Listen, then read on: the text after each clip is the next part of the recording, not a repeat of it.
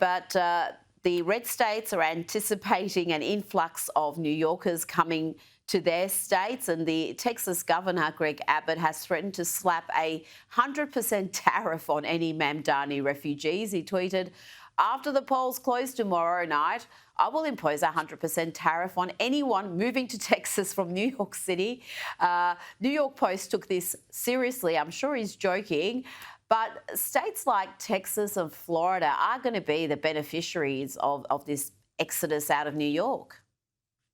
Oh, for sure. I mean, there's just no doubt about that. We've discussed before, Rita, that in the US, the federal system is one of the great geniuses of it is that it makes it very easy to move around the US, different states, looking for work, looking for cheaper housing, looking for better standard or quality of living, looking for places with less crime and so on. It's very easy to do in the US in a way that it isn't in most other countries. When Governor Abbott said that, I mean, I take it with a pinch of salt, but there's a serious point, by the way, behind that, which is when there have been exoduses of people from, for instance, progressive states, liberal states like California in the past, you see a phenomenon that occurs in other countries too, but it's very stark in America, where people end up leaving a place where the policies they have effectively voted for most of their lives come into effect, make their lives worse. And then some people who can flee to a place that has more conservative politics, but they bring their liberal politics with them. You can see that, and you can see that in Texas, where many people from California fled California. They go to places like Austin, Texas, and they keep voting Democrat. So it's I can understand Governor Abbott's slight wry comment there. Oh, and plenty of Texans feel the same way. And you look at Austin with the influx of Californians and New Yorkers, it's unlike the rest of Texas. You've got a lot of the same issues that you see in New York and San Francisco. But let's hear from a New York woman about what issues really matter to her, and will determine how she votes. It gives you a clue into why Mamdani is doing so well. Is it okay that our neighbors are getting taken off the streets by ICE? Is it okay that gender-affirming care is being taken from young people who really need it to survive? Is it okay that the Supreme Court has now justified racial profiling? That's not how I want to treat my neighbor. Now, Douglas, some may characterise that woman as an awful, that's an affluent white female leftist, and that is a powerful voting bloc. They're among Mamdani's most committed supporter base, and they can turn elections. You look at the demographics, you look at the voting patterns, and that bloc votes very left in a very consistent manner. Yeah, in fact, of course, it's similar types of politics that are actually responsible for the government shutdown at the moment. The Republicans and the Democrats are at loggerheads on one issue in particular, which is whether or not illegal migrants into the US should be given health care.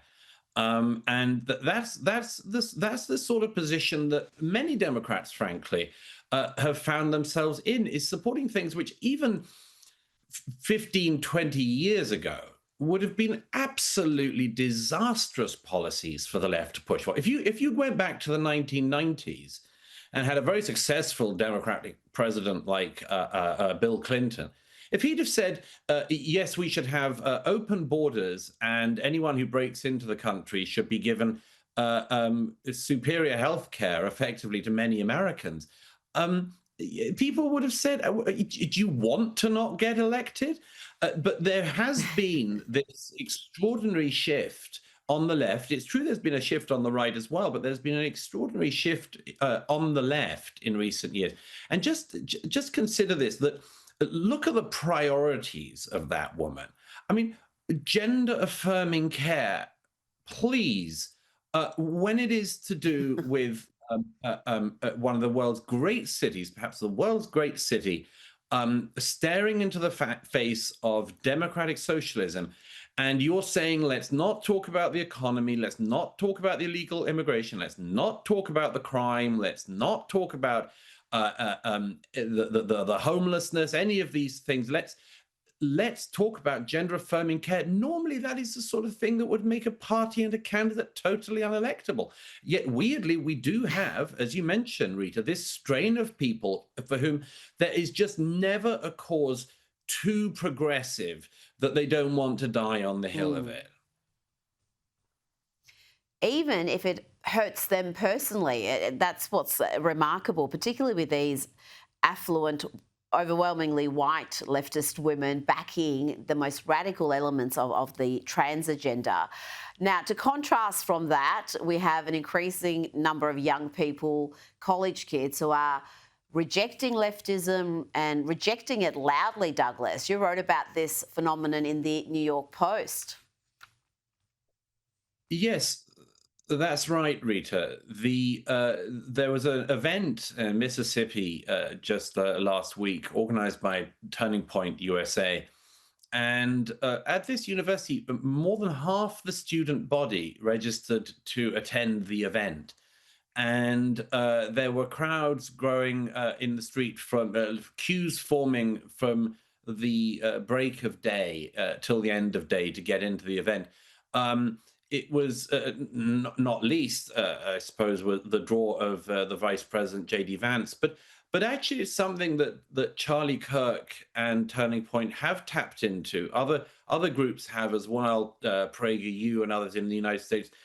They've realized that a lot of older conservatives effectively gave up on the younger generation, effectively sort of decided that, well, everyone goes through this liberal period, at least for a time, and they do it when they're young, and we'll try to speak sense to them and they'll get it when they grow up.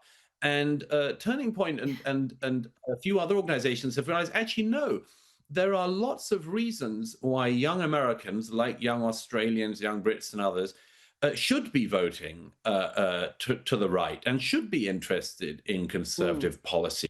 And among them, of course, the most striking is the fact that many of the things in their society, in our societies, do not work for the young. And again, the left has its explanations for that. It will always say things like, well, that's because we've got to tax the wealthy more or whatever. But there are many other arguments that can be made too, conservative arguments, not just on issues that affect the socioeconomic status of young people, but also that address their urge and their desire for meaning in their lives. I'm very struck by the fact, I think you said this before, Rita, that I'm very struck by the Christian element in parts of the young American right. And it's part of what I see as being a deep hankering for real and substantial things to be back on the table again. The left has been very good at talking about not just specific things, but grandiose things. They talk in terms, as I've often said, of resentment, for instance.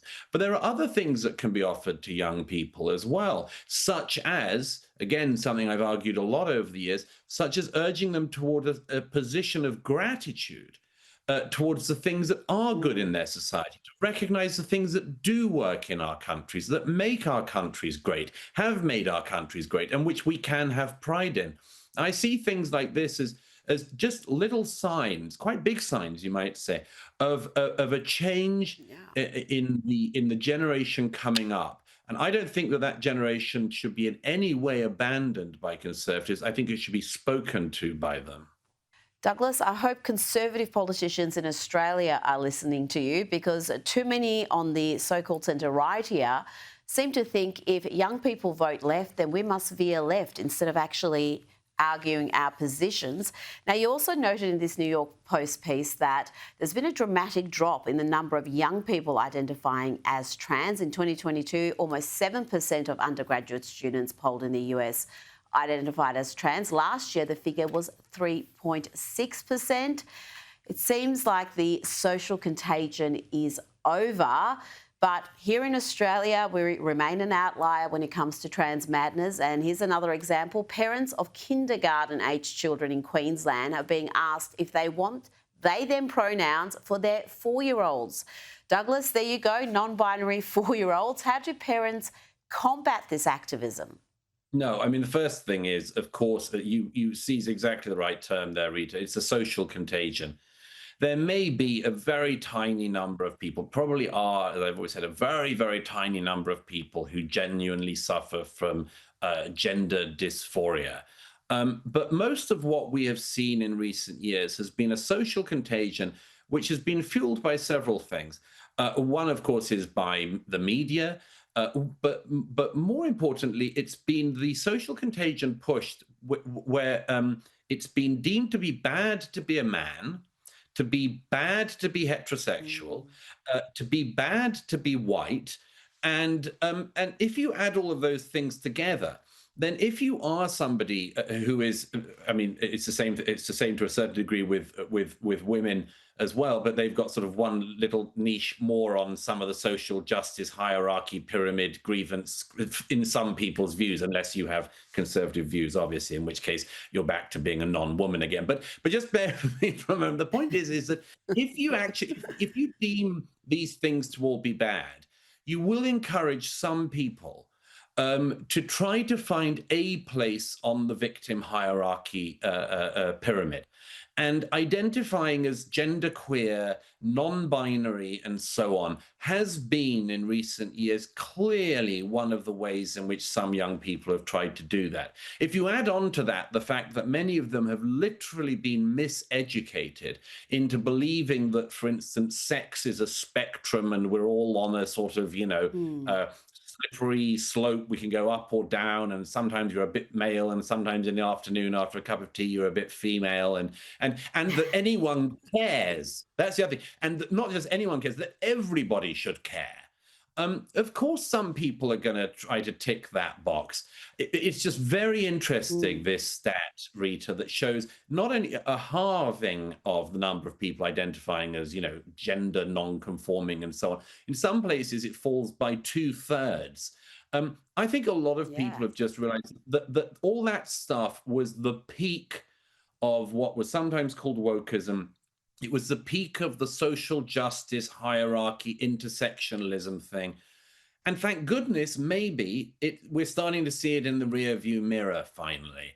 As you say, apart from in Australia, I would say to the parents of any parent who sends their kids to a kindergarten like that, teach the children to read and to know what a noun is and a verb is and so on, before you instruct them on what a pronoun is. Maybe wait till they're 18 to talk about the gender crazy or at some point later, but teach them reading and writing first, because those are the things that are going to be skills in their lives. And all of this pronoun stuff, apart from being uniquely boring and so on, it is a way to just avoid doing anything real in the world. Obsess about what pronouns you put in the bio, and then you don't have to do any work that day. I really hope that Australia stops being the outlier it is at the moment on this issue. Douglas Murray, thank you so much for your time tonight. Great pleasure as always.